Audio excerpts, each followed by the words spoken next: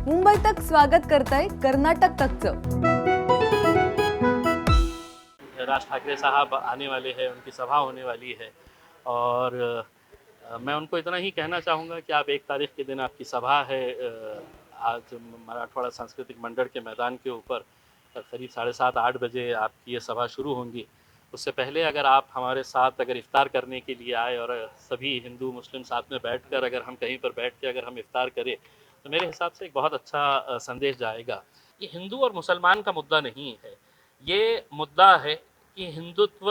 की रक्षा सबसे ज़्यादा कौन कर सकता है। तो इसके अंदर 3 पार्टियां जो है वो मैदान में उतरी हुई है। एक तरफ भारतीय जनता पार्टी है, दूसरी तरफ शिवसेना है और तीसरी तरफ ये मनसे है। सॉफ्ट पंचिंग बैग चाहिए, एक सॉफ्ट पंचिंग बैग चाहिए कि जिसको है तो वो पंच करते रहे और वो पंचिंग बैग जो है वो तीनों के लिए है तो मुसलमान है। मैं आज औरंगाबाद के पुलिस कमिश्नर निखिल गुप्ता साहब से मिलने के लिए आया था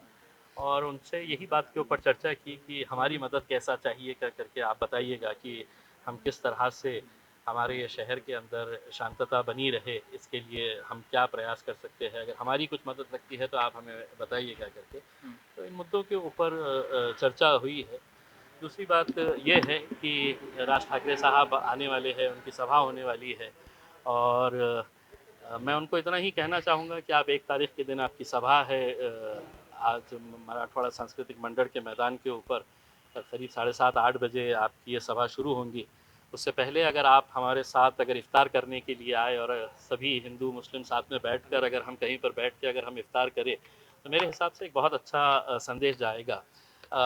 रमज़ान एक ऐसा महीना होता है कि जहाँ पर मुसलमान साल भर इंतज़ार करता है और पिछले 2 साल जो कोरोना की वजह से किसी का भी त्यौहार अच्छे तरीके से हम मना नहीं सके हैं, कारोबार बराबर से हो नहीं सका है। आज बहुत सारे दुकानदारों ने माल भर कर रखा हुआ है और वो किसी एक जाति के नहीं है, सभी जाति धर्म और मज़हब के लोग हैं। तो ऐसे लोगों को अपने कारोबार की फ़िक्र है कि क्या होगा करके। तो मैं औरंगाबाद के ज़िले की जनता को ये आश्वासन देना चाहता हूँ कि हम सभी लोग मिलकर अगर चाहे तो ये शहर की जो एक परंपरा है वो हम साथ में आगे भी उसको लेकर जा सकते हैं। देखिए मेरा नहीं है, मुझे आज बहुत सारे छोटे मोटे दुकानदार जो कारोबार करने वाले जो लोग हैं जिन्होंने अपनी दुकानों के अंदर माल भर कर रखा हुआ है और वो सभी जाति के लोग हैं, उन्हें कहीं ना कहीं ये एहसास हो रहा है कि साहब कुछ होगा क्या। तो हम उनको यकीन दिलाना चाह रहे हैं कि कुछ नहीं होगा और हम ये पुलिस डिपार्टमेंट को भी ये यकीन दिलाने के लिए आए हैं कि आप पुलिस से ज़्यादा यहाँ के लोक प्रतिनिधियों का इस्तेमाल करिएगा क्योंकि ये शहर सबका शहर है। मेरा यही था कि मैंने सही बात है कि ये मेरे लेवल के ऊपर मैंने डिसीजन लिया था,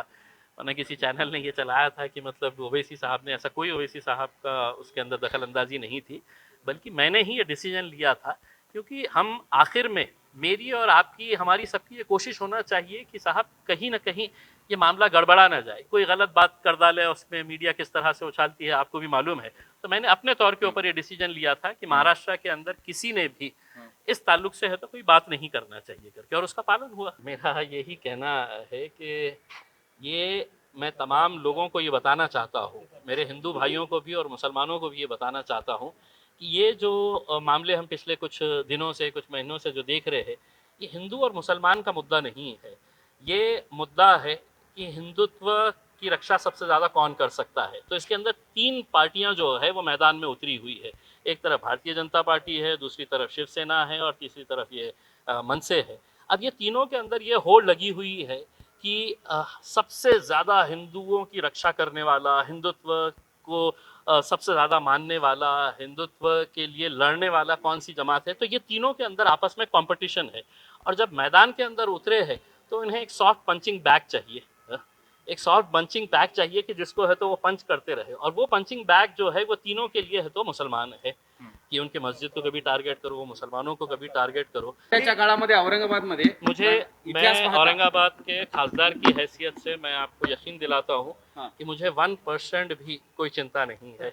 और मैं औरंगाबाद की जनता को भी यही कहना चाहता हूँ कि आपके मन में अगर कोई डर है,